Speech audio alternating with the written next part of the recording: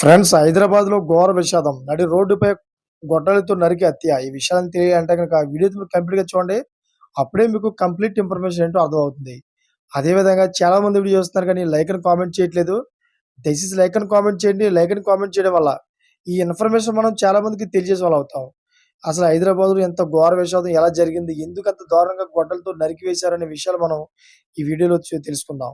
ఇక లేట్ చేయకుండా వీడియోలోకి వెళ్ళిపోదాం. ఫ్రెండ్స్, హైదరాబాద్‌లో దారుణ సంఘటన చోటు చేసుకుంది. ఎల్బీ నగర్‌లో వ్యక్తిని ప్రత్యర్థులు ఘోరంగా గొడ్డలతో నరికి హత్య చేశారు. శివగంగ కాలనీలో అర్ధరాత్రి ఈ ఘటన జరిగింది. భరత్ నగర్‌కు చెందిన బొడ్డు మహేష్‌ను వేటాడి కొడవళ్లతో, గొడ్డలతో అతి దారుణంగా ప్రత్యర్థులు నరికి చంపారు. మొదటగా మహేష్‌ను కారుతో గుద్దారు. అదేవిధంగా ఆ తర్వాత గొడ్డళ్ళు, కత్తులతో విచక్షణారహితంగా దాడి చేశారు. దాడి దృశ్యాలు సీసీ కెమెరాలో రికార్డయ్యాయి.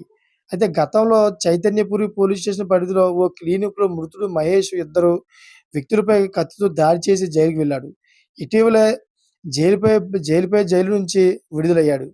ఇటీవలే జైలు నుంచి విడుదలయ్యాడు. సమాచారం అందుకున్న ప్రత్యర్థులు మహేష్‌ను హతమార్చేందుకు ప్లాన్ చేశారు.